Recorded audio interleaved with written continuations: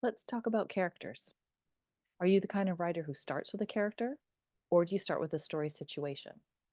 Because a story situation is always about someone doing something. I like to think of stories as it's a something happens to someone somewhere.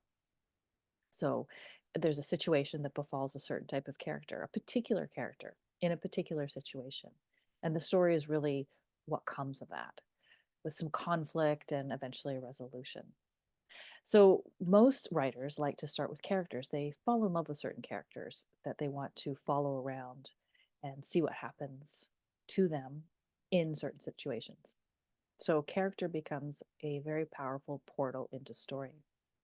And it's really what the reader is looking for as well. The reader will in some way identify with the character. They don't have to be exactly like the reader might be, but that can help.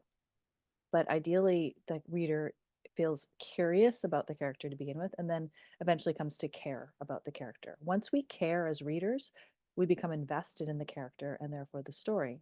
So you really want to think about your character development when you're developing your story. There's always the who that is part of the what. In fact, it's just more important. Who are we following and why? Do you have a character in a compelling situation? Is there something that they want? Do they care passionately about something? Will they fight for it? Is somebody working against them? So making it harder for them to get something that they want.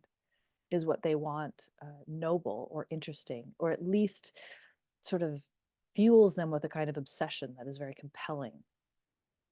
So we want to watch a character be with a character in a story who really wants something and it's important to them. It may not be totally important to us. I mean, maybe they want to win at the talent contest, maybe they want to get a promotion, maybe it isn't something noble.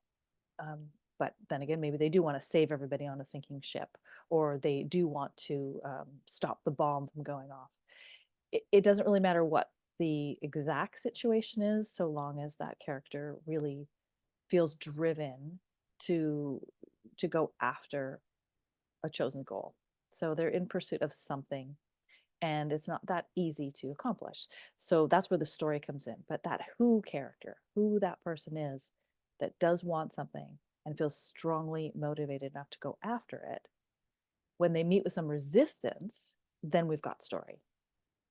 If what the character wants were just really easy to get, then it doesn't make much of a story. So sometimes you'll hear people talking about creating a story worthy problem.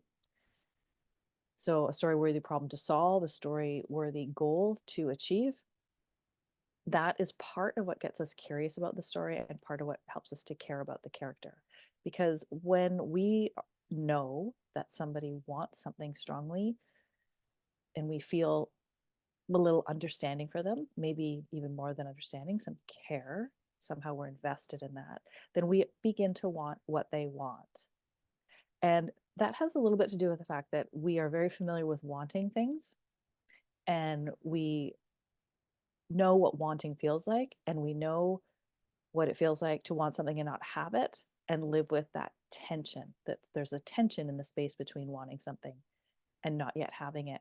And so we readily identify with gap, that gap of tension that exists when a character wants something, a particular something, and they don't yet have it. We kind of get invested in helping them have it. So setting up a character's goal in a story early on is important, helping us to like who they are, understand what they want and why, and then have some feeling too about what might be resisting them, what might be in the way of that character getting what they want.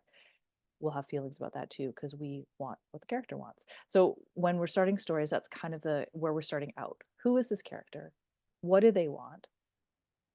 What are they willing to do to get it? Who's in the way or what's in the way? And then we're pretty much asking the question that is the magic of any story: what happens next?